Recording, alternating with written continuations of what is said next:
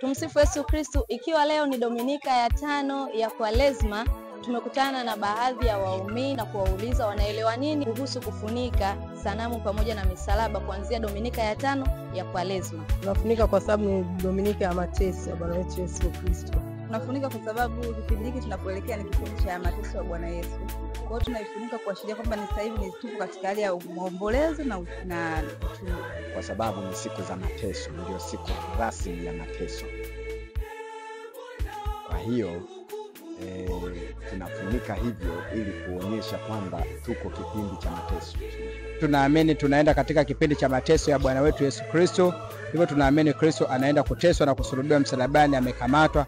Kwa hivyo kwa sasa hivi tunaacha tu altare ikiwa tupo mpaka kipindi kile ambacho atakapofufuka upya, ndipo tutakaporudishia tena utukufu wake. Kipindi kile ni kipindi cha mateso ya Bwana.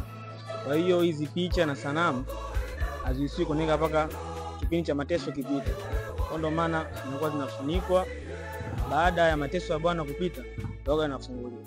Asante, nakutakia Dominika njema. Asante kwako.